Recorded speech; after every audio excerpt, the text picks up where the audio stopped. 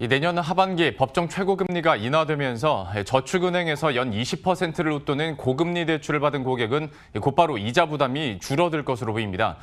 다만 새로 대출을 받으려는 고객은 대출 심사 문턱이 높아질 수 있어 대출 절벽 부작용을 해소하기 위한 대책 마련이 필요하다는 지적입니다. 이충우 기자의 보도입니다.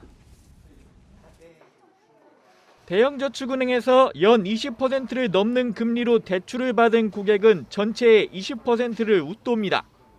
가계신용대출 기준 업계 1위 SBI저축은행의 연 20% 초과금리 차주의 비중은 22.71%, 같은 기준으로 웰컴저축은행은 24.95%, OK저축은행은 20.97%를 차지하고 있습니다. 저축은행은 법정 최고금리가 인하될 때마다 기존 대출금리도 자동 인하됩니다.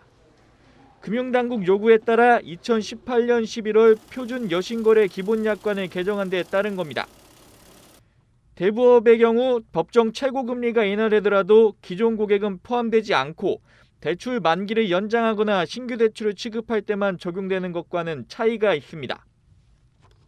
저축은행은 약관 개정에 따라 연 20% 넘는 금리로 대출받은 고객도 기존 대출 이자 부담을 줄일 수 있게 됩니다. 내년 하반기, 즉 7월 법정 최고금리 인하가 이루어지면 이르면 그달 월 납입이자부터 줄어들 전망입니다. 문제는 대출 만기를 연장하거나 신규로 대출을 받을 때는 대출 심사가 까다로워질 수 있다는 겁니다. 저축은행 거래 고객 수를 감안하면 법정 최고금리 인하로 인한 대출 축소 파장은 대부업체보다 클 것으로 보입니다. 지금은 5등급까지는 대부업체하고 저축은행까지 거래가 가능했었거든요. 또 5등급 초반, 4등급 후반 정도까지만 아마 거래가 가능할 겁니다.